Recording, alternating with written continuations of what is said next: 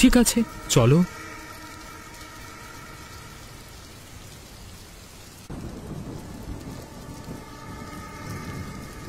আমার যে ভ্যানে বসে সে কিন্তু আমার ইচ্ছে ছাড়া নামতে পারে না।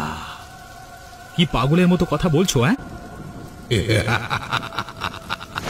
দেখতে চান আপনি? ওরে বাবা, এত জোরে কেন চালাচ্ছ? আর কিভাবে বা চালাচ্ছ এত জোরে? এত জোরে তো কোনো গাড়ি ঘোড়াও যায় না। ওরে বাবা! কিন্তু কমলেশ্বর ভ্যানওয়ালার ভ্যান পক্ষীরাজের মতো হাওয়ায় উড়ে যায়। বলেছিলাম না, আমার ইচ্ছে ছাড়া ভ্যান থেকে নামতে পারবে না। ওরে বাবা, শেষ পর্যন্ত কি ভূতের পাল্লায় পড়লাম নাকি? আমাকে ছেড়ে দাও, আমি নামতে চাই। তোমাদের শহরের মানুষদের ভূত দেখবার বড্ড ইচ্ছে থাকে, তাই না? আজকে তোমার সেই ইচ্ছে পূরণ করব। বাঁচাও, কি ভয়ানক! ছেড়ে দাও আমাকে।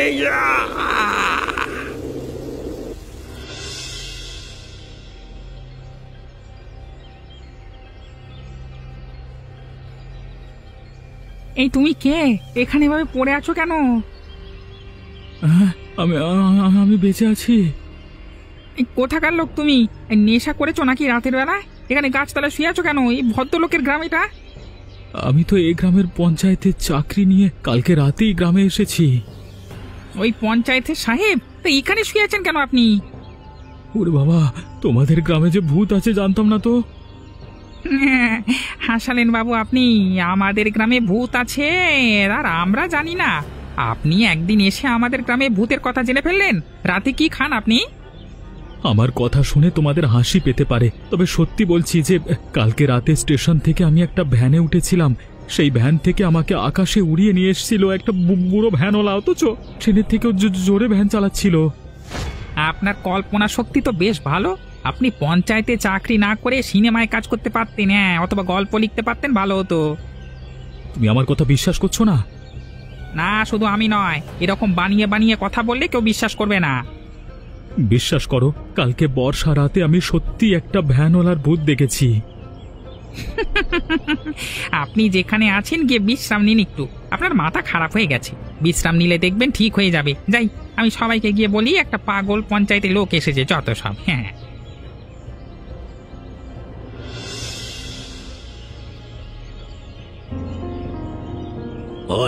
আমাদের গ্রামে আবার ভূতের উৎপাত শোনা যেতে লাগলো রে বাবা। কি বলছো কি? তোমার মাথা খারাপ হয়ে গেছে নাকি? ঠিক বলছি আমরা। পঞ্চায়েতে যে বড় সাহেব এসছে, সে কালকে রাতে স্টেশন থেকে একটা ভুতুরে ভ্যানওয়ালার পাল্লায় পড়েছিল। সেই নিয়ে আমরা সবাই ভয়ে আছি। তোমরা একটা বিষয় পেলেই এমন শুরু করো। ঠিক আছে, আমি প্রমাণ করে দেব যে ভূত বলে কিছু নাই। আমি হরেন বাবুর সাথে আলোচনা করব। তোমরা ততদিনে এই বিষয় নিয়ে কোনো রকম মনে হই হল্লা করবে না। আমরা বউ বাচ্চা নিয়ে বাড়িতে থাকি, ভয় আমাদের তো করবেই। যত সব কুসংস্কার! এও অজ্ঞতার মূর্খতাতেই গোটা গ্রামটা শেষ হয়ে গেল।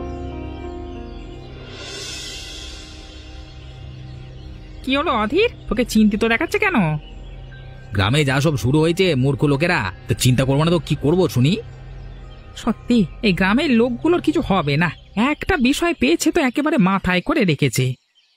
আমি কতবার বলেছি যে কোথা থেকে কি একটা পঞ্চায়েতের লোক এসেছে, তার কথা নিয়ে এত বেশি মাথা খারাপ করো না। কিন্তু সবাই সেই নিয়ে আতঙ্ক ছড়াচ্ছে গ্রামে। আমার কি মনে হচ্ছে বলো তো? কি শুনি? এই পুরো নাটকটার মধ্যে ওই পঞ্চায়েতের লোকটার কোনো না কোনো হাত আছে। ওর নিশ্চয়ই কোনো একটা স্বার্থ আছে এই গ্রামে ভয় ছড়িয়ে। কি স্বার্থ? নিশ্চয়ই গ্রামের ঘরে ভয় ছড়িয়ে লোকটা গ্রাম খালি করতে চায়। তারপর সব জায়গা জমি থেকে আমাদের তাড়িয়ে সরকারের নামে করে দেবে, এসব চালাকি করতে চায়। খারাপ বলনি তো কথাটা। না হলে তো এতদিনে গ্রামের কেউ কোনোদিন এসব কথা শুনে নিয়ে আজকে হঠাৎ করে এক রাতের মধ্যে ভূত জেগে উঠল। ওই লোকটাকে চোখে চোখে রাখতে হবে। বেশি কিছু হলে বাইরের লোক চুপচাপ সরিয়ে দেব, মেরে জলে ভাসিয়ে দেব, কেউ জানতেও পারবে না। আর আমি গ্রামবাসীদের এক এক করে তুলবো। হ্যাঁ, ওই লোকটার বিরুদ্ধে প্রতিবাদের ব্যবস্থা করব। আমাদের গ্রামে এসব জোচ্চুরি আমরা মেনে নেব না। এই সমস্ত কুসংস্কার ছড়াতে গেলে অন্য জায়গায় গিয়ে ছড়াবে। তুমি একবার ভেবে দেখো, কালকে তুমি ওর সাথে কথা বললে আর ওটুকু মাত্র কথা গ্রামের মধ্যে তিল তিল করে, তিল থেকে তাল হয়ে পড়লো। হ্যাঁ, এই জন্যই তো বলি অশিক্ষিতদের গ্রাম। যাই হোক, ব্যবস্থাগুলো করছি আমি, আর তুই তোর কাজগুলো কর। মোট কথা ওই শয়তানটাকে গ্রাম থেকে তাড়াতেই হবে। হ্যাঁ, কে এত রাতে কে ভ্যানের আওয়াজ করে এখানে? আমাকে চেনো না তুমি? আমাকে তো সবাই চেনে। এ কি, তুমি কোথা থেকে এলে? আর কে তুমি? কোনোদিন তো দেখিনি তোমাকে। আমাকে চেনে সবাই, অথচ কেউ দেখতে পায় না। আরে তুমি তো বুড়ো কমলেশ্বর, কিন্তু তুমি যে অনেকদিন আগে মারা গেছো। মরে গেলেই কি আর সবকিছু শেষ হয়ে যায়? ফিরে আসতে তো হয়। তার মানে গ্রামের সবাই যা বলছে তা ঠিক? তুমি কি ভূত? আমি ফিরে এসেছি আমার অত্যাচারের প্রতিশোধ নিতে। কিন্তু আমাদের বাড়ির সামনে তোমার কি কাজ? তুমি চলে যাও। তোমার বর আমাকে বিশ্বাস করে না, তাই তোমাকে দেখা দিতে এসেছি আমি। এখন কি মনে হচ্ছে ওই নতুন বাবু মিথ্যে কথা বলছে? সত্যি তো? আমি আমার বরকে বুঝিয়ে বলবো যে তুমি সত্যিই ভূত। যদি বুঝতে না পারে তাহলে ঘাড় মটকাবো। আমাকে চেনো না? চলে যাও বলছি। কোথায় পালাবে তুমি? কোথায় পালাতে যাচ্ছ? আমার কাছ থেকে পালিয়ে কেউ মুক্তি পায়নি। বাঁচাও, বাঁচাও, ভূত, ভূত! কেউ তোমার চিৎকার শুনবে না। তোমরা অনেক কথা বলেছো, অনেক অবিচার করেছো। গরিব মানুষের উপরে সবাই মিলে অনেক ভাবে অত্যাচার করেছো। এখন আমার ঘুরে দাঁড়ানোর সময়। আমি তো তোমার কোনো ক্ষতি করিনি। তুমি অভাবের জ্বালায় মরেছো, সেটা কি আমাদের দোষ? দোষ গুণ বিচার করবার সময় চলে গেছে। প্রতিবেশী হয়ে তোমরা অসহায় মানুষের পাশে থাকো না। এর শাস্তি তোমাদের পেতে হবে। আমাকে ছেড়ে দাও। এ কি, তুমি আমার গলা টিপতে আসছো নাকি? বাঁচাও, বাঁচাও!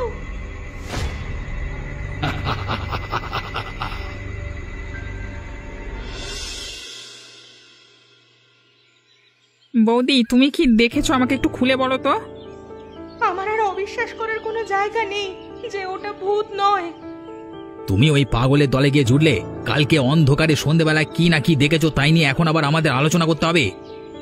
আলোচনা করতে হবে, কারণ সে বলেছে যে অবিশ্বাস করবে তাকে ভয়ানক মৃত্যুদণ্ড দেবে। যত সব উল্টোপাল্টা কথা। অধীর, কি হচ্ছেটা কি? তুমি বলো তো বৌদি, আসলে কি দেখেছো? আমি একটা ভুতুড়ে ভ্যানের হর্নের আওয়াজ শুনে দরজা খুলে বাইরে যাই। তখন দেখি অনেকদিন আগে মরে যাওয়া সেই বুড়ো কমলেশ্বর ভ্যান নিয়ে দাঁড়িয়ে আছে। এখন তার মানে আমাদের মেনে নিতে হবে যে মরে যাওয়া বুড়ো কমলেশ্বর ভূত হয়ে এসেছে, তাই তো? আরে, কেউ যদি স্বাভাবিকভাবে মরে সে কখনো ভূত হতে পারে নাকি? সে অভাবের সাথে কষ্ট করে মরেছিল, তাই এখন সে প্রতিশোধ নিতে চায়। আমার মনে হচ্ছে ব্যাপারটা সত্যি মিথ্যে যাই হোক, আমাদের তদন্ত করে একটা সিদ্ধান্তে আসতে হবে। আর না হলে গ্রামের মানুষের মধ্যে ভয় যেভাবে ছড়িয়ে পড়ছে, তাতে আর এই গ্রামে সুস্থভাবে বাস করা যাবে না। কি করবে তাহলে? পাপ একেবারে মাটি থেকে উচ্ছেদ করতে হবে। কিভাবে? ওর যে ছোট মেয়েটা বেঁচে আছে, কি যেন নাম? হ্যাঁ, নিকিতা। ওকে গ্রাম থেকে তাড়াতে হবে। তাতে কি হবে? যদি বুড়ো কমলেশ্বর ভূত হয়েও থাকে, তাহলে ওর মেয়ের টানে গ্রামে ফিরে এসেছে। এই গ্রাম থেকে বার করে দিলে তাহলে পুরো অত্যাচার আমাদের গ্রাম থেকে চলে যাবে। ওই ডুবার মেয়েকে তাড়াতে কতক্ষণ? চলো তাহলে যত তাড়াতাড়ি সম্ভব কাজ করা যাক। চেষ্টা করব গ্রামের সবাইকে নিয়ে আক্রমণ করবার, কারণ আমরা যদি কিছু করতে যাই তারপর বিপদ হলে গন্ডগোল হয়ে যাবে। তবে তাই হোক, সেটাই বরং ভালো হবে। তোমরা যা করবে দয়া করে একটু ভেবে চিন্তে করো। আমার কিন্তু খুব ভয় লাগছে। হরেন, হরেন, তোর সময় ঘনিয়ে এসেছে। মৃত্যু তোর জন্য অপেক্ষা করছে। কে কে কে কে কে কে কে কার কণ্ঠ? হ্যাঁ, এ কি? আমি কি ঠিক দেখছি? তুমি হঠাৎ কি কি করে এলে? কোত্থেকে এলে? তোদের মৃত্যু ঘনিয়ে এসেছে, তাই যেটা করছিস সেটা কিন্তু ভালো করছিস না। কি করেছি আমি? আমার মেয়ের উপর অত্যাচার করে গ্রাম থেকে তাড়ানোর চেষ্টা করছিস। ভাবছিস এতেই সবকিছু ঠিক হয়ে যাবে? কি ভাবছিস আমি কিছু জানি না? আমি কিছু দেখতে পাই না? দেখো, তোমার মেয়ে এখানে আছে, তাই তার টানে তুমি আসো। তুমি এখান থেকে চলে যাও, তোমার মেয়েকে নিয়ে চলে যাও। আমি প্রতিজ্ঞা করেছি এই গ্রাম আমি তাকে দেব, তাই আমি তোদের মতো সব কটা শয়তানকে গ্রাম থেকে একসাথে নিকেশ করব। এখনই তোকে আমি শেষ করে ফেলবো। না না, তুমি আমাকে কিচ্ছু করতে পারবে না। আমি বুঝতে পেরেছি তোমার কষ্টটা, আমি বুঝতে পেরেছি তুমি ভূত, কিন্তু আমাকে ছেড়ে দাও। বাঁচাও বাবা গো। কোনো বাবা কোনো মা তোকে বাঁচাতে আসবে না এই রাতের বেলায়, কারণ সবাই এখন ভূতের ভয়ে ঘরের ভেতরে আছে। কেউ তোর চিৎকার শুনলেও বাঁচাতে আসবে না। আমি পালিয়ে যাব, বাঁচাও।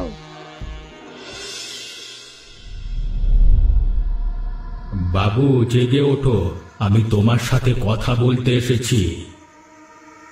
কে? কার গলা শুনলাম আমি? আমার মৃত্যুর বদলা নিতে চাই। আমি জীবনে যা পাইনি সে সব কিছু আমার মেয়েকে দিতে চাই। তাকে একটা ভালো জীবন দিতে চাই। আমি তোমার সাথে কথা বলতে চাই। তোমার কোনো ক্ষতি করব না, বিশ্বাস করো বাবু। কিন্তু তুমি যেটা চাও সেটা কিভাবে সম্ভব? একটু ভেবে দেখো, তুমি মারা গেছো আর তোমার মেয়ে এখনো বেঁচে আছে মানুষের মধ্যে। তাহলে আমি তোমাকে ছেড়ে দিতে পারি, কিন্তু একটা শর্তে। কি শর্ত? এই গ্রামের সবাই গরিব, খেতে পায় না বলে আমার মেয়েটার অসহায়তার সুযোগ নিয়ে তার উপর অত্যাচার করছে। তাকে গ্রাম থেকে তাড়িয়ে দেবার পরিকল্পনা করছে। আমি অসুস্থ ভ্যানওয়ালা ছিলাম বলে আমাকে এরা সবাই কষ্ট দিয়ে দিয়ে মেরেছে। তুমি যদি আমার মেয়েকে একটা ভালো জীবন দেওয়ার প্রতিশ্রুতি দাও আর আমার প্রতিশোধ নেওয়ার সুযোগ করে দাও, তাহলে আমি কথা দিচ্ছি আমি তোমার উপর কোনো অত্যাচার করব না। ঠিক আছে, তুমি যা চাও তাই হবে।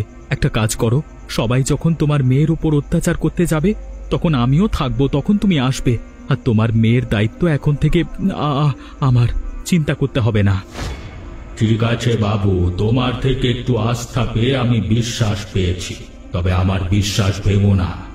যে আমার বিশ্বাস ভাঙে তাকে আমি পৃথিবীতে বাঁচিয়ে রাখি না, কথাটা মনে থাকে যেন।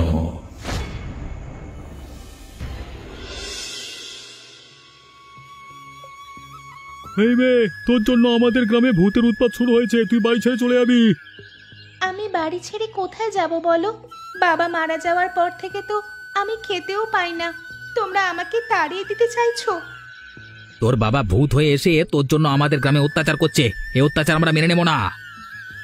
যদি তুই এই বাড়ি থেকে না যাস তাহলে আমরা তোকে এই বাড়িতে বন্ধ করে আগুন জ্বালিয়ে মেরে দেব। হ্যাঁ, মোট কথা তুই এই গ্রাম থেকে যাবি, না হলে তুইও তোর বাপের মতো মরবি, আর মরলে আমাদের তবেই শান্তি। আমি কি আমার বাবাকে বলেছি নাকি যে ভূত হয়ে এসে তোমাদের জ্বালাতে? তবে আমার উপর যদি তোমরা অত্যাচার করো তাহলে কিন্তু আমার বাবা নিশ্চয়ই আসবে। আবার আমাদের ধমকি দেওয়া হচ্ছে? তোর ধমকিতে আমি ভয় পাই নাকি? ওরে বাবা, এটা কি এত লম্বা? বাবা রে, বাবা, ওই দেখ তেঁতুল গাছের উপর থেকে ঝুলছে। বাবা বাবা রে, ভূত পালাও রে বাবা, পালাও। কোথায় পালাবে তোমরা? একেবারে শেষ করে দিলে তো মজা পাবে না। ধীরে ধীরে মরতে কেমন কষ্ট লাগে তোমরা বোঝো। কোথাও পালাতে পারবে না। আমার হাতেই তোমাদের মৃত্যু আছে, ভয়ানক মৃত্যু।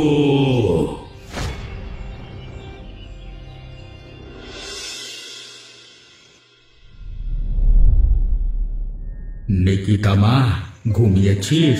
তোর কষ্ট হচ্ছে মা? বাবা তুমি? বাবা জানো তো তোমাকে সবাই ভূত বলে, আর সেজন্য আমার উপর আরো বেশি অত্যাচার করে। বাবা, আমার খুব কষ্ট হয় জানো। আজ 2 দিন কিচ্ছু খেতে পাইনি। আর কয়েকটা দিন কষ্ট কর মা, আমি সব ব্যবস্থা করছি। তারপর তোর সুখের দিন আসবে। তুই শহরে গিয়ে বড় স্কুলে পড়াশোনা করবি, আমার স্বপ্ন সফল করবি তুই। তুমি নেই, আমার কিচ্ছু ভালো লাগে না। তুমি এভাবে কেন চলে গেলে বলো তো বাবা? সবার কি আর কপাল সমান হয় রে? অভাবের সংসারে খেতে না পেয়ে পেয়ে শুকিয়ে মরলাম, তবে তোকে শুকিয়ে মরতে আমি দেব না।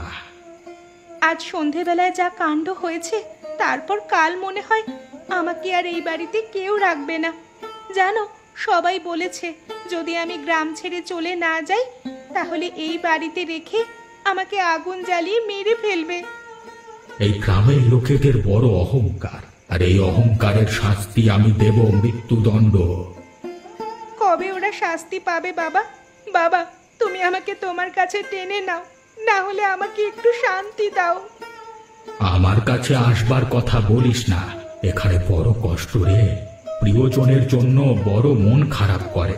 এখানে কেউ আপন নেয়, শুধু ছায়া হয়ে এদিক ওদিক ঘুরে বেড়ায়। খুব কষ্ট হয় রে। তবে যদি আমি প্রতিশোধ নিতে পারি আর তোকে সুখী করতে পারি, তাহলেই আমার মুক্তি হবে। তোমার কথা বড্ড মনে পড়ে আমার বাবা। তোর কথাও আমার মনে পড়ে, সেই জন্য তোর সুখের জন্য আমি ফিরে এসেছি।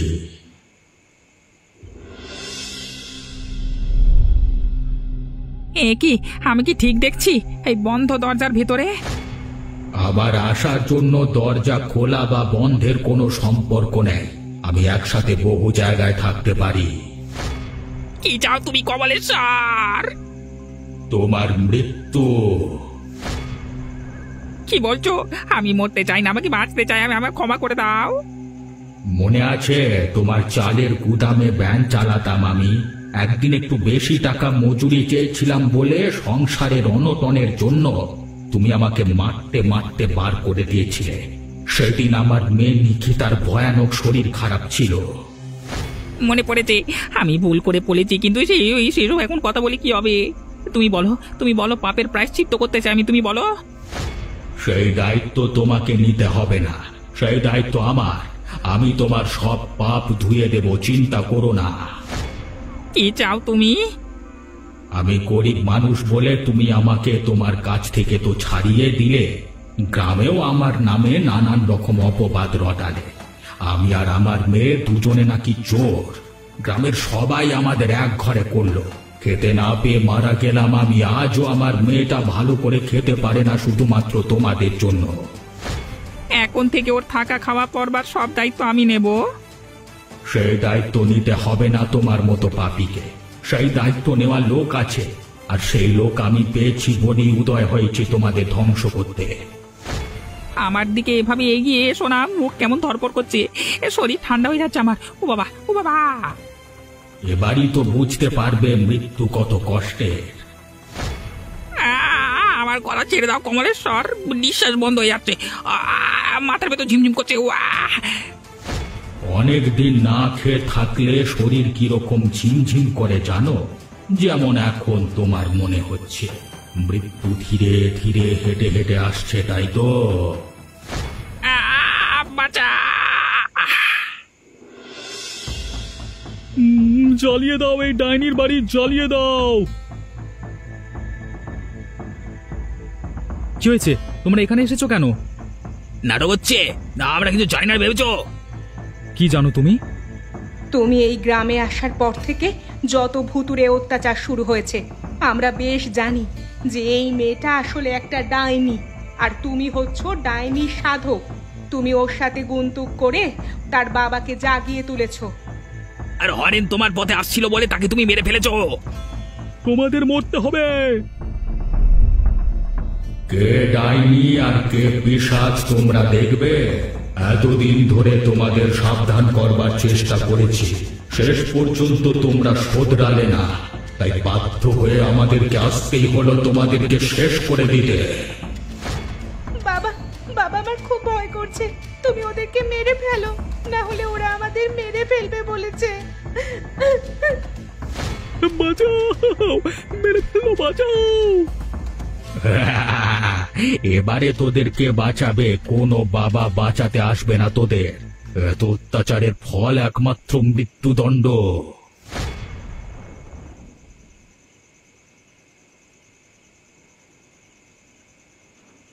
সবাই মরে গেছে। কি মজা, কি মজা! এভাবেই পাপের সমাপ্ত হওয়া উচিত। অর্ণব বাবু, তুমি আমার মেয়ের দায়িত্ব নিও। আমি চললাম, আমার মুক্তি ঘটে গেছে, আমি আর আসবো না। আমি খুব ভালো থাকবো বাবা, তোমার কথা খুব মনে পড়বে।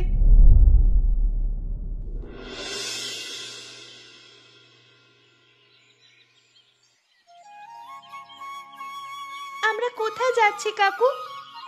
তোকে নিয়ে যাচ্ছি শহরে। শহরে কেন? আমি এই গ্রামে চাকরিটা ছেড়ে দিয়ে শহরে চাকরি নিয়েছি, তাই তোকে শহরে রেখে আমি পড়াশোনা শেখাবো। তোর বাবাকে কথা দিয়েছি, সেই কথা রাখতে হবে না? শহর কি খুব বড়? আমি কোনোদিন দেখিনি। ওই দেখ, দূরে ট্রেন চলছে, এখানে স্টেশন। আমরা স্টেশন থেকে ট্রেন ধরে শহরে চলে যাব। এই গ্রামে আর কোনো দিন আমাদের ঘরে ফিরে আসতে হবে না। এই গ্রামে আমি ফিরেও আসতে চাই না, শুধু বাবার কথা খুব মনে পড়বে আমার। তোর বাবা একদম ঠিক কাজ করেছে, এইভাবেই শাস্তি হওয়া উচিত শয়তানদের। জানো তো, বাবা খুব কষ্ট করে মারা গেছে। আমি এমন কিছু একটা পড়াশুনো করব যাতে বড় হয়ে সবার পাশে থাকতে পারি। কাউকে, কোনো গরিব মানুষকে যাতে আমার বাবার মতো কষ্ট করে আর মরতে না হয়, সেটা আমি দেখব। তুই কোনো চিন্তা করিস না, আমি সব সময় তোর পাশে থাকব। আর আমিও চাই না যে কারোর এরকম ক্ষতি হোক। আর সেই শুভ ভাবনা